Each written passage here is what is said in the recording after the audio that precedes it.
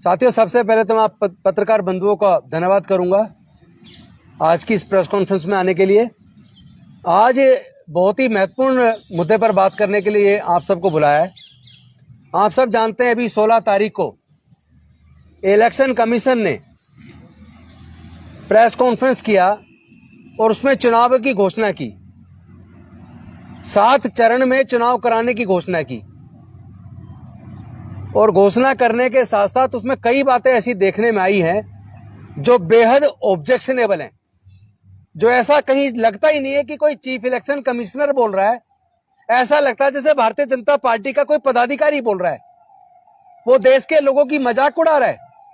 देश में जो सिविल सोसाइटी के लोग अपनी वोट की चोरी रुकवाना चाहते हैं, वो सिर्फ इतना चाहते हैं कि हमारी वोट जिसको हम दे रहे हैं उसी को जाए, ये भरोसा तो पैदा हो। लेकिन वो सबका मजाक उड़ा रहे हैं, कह रहे डब्बा लेके घूम रहे हैं कुछ लोग। ये डब्बा है और आप जो लेके घूम रहे हैं वो क्या है? आपके लोग जो मशीन गाड़ी पर रख के मोदी की गारंटी का कार्ड लगा के घूम रहे हैं वो क्या है?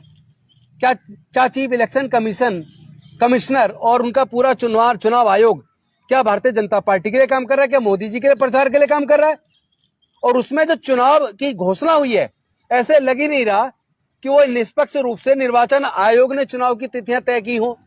ऐसे लगता है जैसे किसी भारतीय जनता पार्टी के कार्यकर्ता ने अपने आका के साथ बैठ के चुनाव की डेटें तय की हो और अपनी सहूलियत देखी हो कि कैसे उनके बड़े नेता पूरे देश में जाके अपने प्रचार को आगे बढ़ा पाए। और उसमें सबसे मजे की बात तो यह है कि जिन राज्यों में एक तरफा चुनाव या तो बीजेपी के खिलाफ होता है या जहां बीजेपी के फेवर में होता है, ऐसे राज्यों को चुनाव तो हो रहा है एक डेट में। और बाकी जो राज्य हैं जैसे उत्तर प्रदेश, जैसे बिहार, तेलंगाना, इस तरह के जो बाकी राज्य हैं उनके अंदर 7 चरण तक में मतलब चुनाव हो रहे हैं। इसका मतलब क्या है 7 चरण का? 7 चरण का मतलब है मैनिपुलेशन करने का टाइम देना। आखिर ये चुनाव आयोग टाइम किसको देना चाहता है?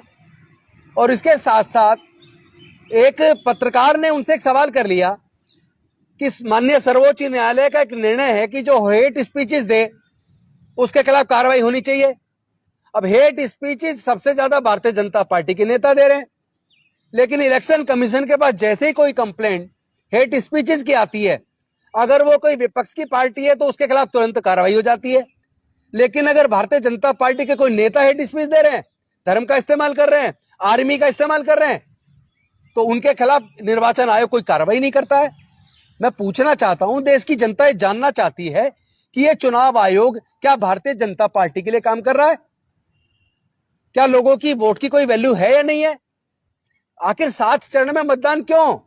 और ऊपर से जो सर्वोच्च न्यायालय के अंदर अभी जो सुनवाई हो रही थी कि वीवीपैट से किस तरह काउंटिंग होनी चाहिए, क्या होना चाहिए, जिस तरह लोगों के अंदर एक संशय था कि वीवीपैट की पर्चियां निकले और वो उसको अपने हाथ से डब्बे में डाले, उनकी काउंटिंग हो, उस पर भी बड़ा मजाक बना दिया उन्होंने। क्या वो ग्राउंड क्या ले रहे हैं? देखिए, वो कह रहे हैं increase VVPAT slips counting will require additional VCB, यानी उसके लिए अलग से और भी बूथ बनाने पड़ेंगे।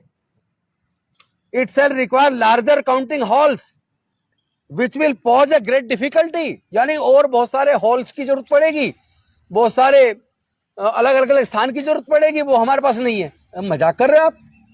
5 साल के लिए देश की जनता, देश को चलाने की सत्ता जिनको सौंपने वाली है, अगर उस चुनाव के रिजल्ट में 3-4 दिन लग जाए, और भी जगह का इस्तेमाल चुनाव में कर लिया जाए, और भी चुनाव के केंद्र बना दिए जाए, स्थापित कर दिए जाए, इसमें चुनाव आयोग का आपत्ति क्यों है? ऐसा कोई इंफ्रास्ट्रक्चर की भारत के अंदर कमी नहीं है, और ना काउंटिंग बूथ बनाने की कोई कमी है, ना काउंटिंग में जो लोग शामिल होंगे उसकी कोई कमी है। इतना बड़ा स्टाफ पूरे देश के अंदर है सरकारी कर्मचारियों का। मैं समझता हूं कि इन सारी बातों से, चूंकि एक और बात उन्होंने कहा, the counting of VVPAT slips is not like a counting a ballot papers as the size of VVPAT slips is 9.9 centimetre and 5.6 centimetre and is of thermal paper coated with chemical to ensure intention of print for longer period of more than 5 years. That makes it little sticky. It takes around 1 hour to count the VVPAT slips of one VVPAT as it is not easier to count the ballot paper due to stickiness। यानी वो कह रहे कि एक machine को की पर्चियों को काउंट करने में 1 घंटा लगेगा। अरे मैं कहता हूं चाहे 4 दिन लगे, इसमें दिक्कत क्या है? लोग सिर्फ इतना चाहते हैं, अगर आप बैलेट पेपर से चुनाव नहीं करा रहे, जिद पे ही अड़े हो और आप ईवीएम से ही चुनाव कराओगे, तो कम से कम इतना तो कर दो कि उसकी पर्ची निकले, उसके हाथ में आ जाए। प्रिंटर लगाओ ना आप, ताकि उसकी स्याही ना उड़े, उसके हाथ में पर्ची आए और उस पर्ची को अपने हाथ से बैलेट पेपर में डाले और फिर सारी 100% उन पर्चियों की भी गिनती हो जाए। चुनाव का रिजल्ट अगर 2 दिन में नहीं 3 दिन में, जब आप 7 चरण में चुनाव करा सकते हो, 2.5 महीने तक को मॉडल कोड ऑफ कंडक्ट लगा रहेगा, 2.5 महीने तक चुनाव प्रचार चलेगा, तो अगर काउंटिंग में 10 दिन लग जाए, वैसे तो 3 दिन का काम है, अगर काउंटिंग भी करा दे तो 3 दिन के अंदर हो जाएगी। मैं कहता हूं अगर 5 दिन भी हो जाए, उसमें आपत्ति क्या है? 5 साल के लिए सरकार चुन रहे हैं, जनता 5 साल के लिए उनके हाथों में सौंप रही है देश को चलाने की बागडोर, तो उसमें दिक्कत क्या है? ऐसे कई राज्य आप देखिए, अमेरिका का देखिए, कई महीनों लगते हैं चुनाव की प्रक्रिया पूरी होने में। तो इससे ये शक जाहिर होता है कि election commission free, fair, transparent चुनाव कराना ही नहीं चाहता। वो बीजेपी के बिहेस्ट पे काम कर रहा है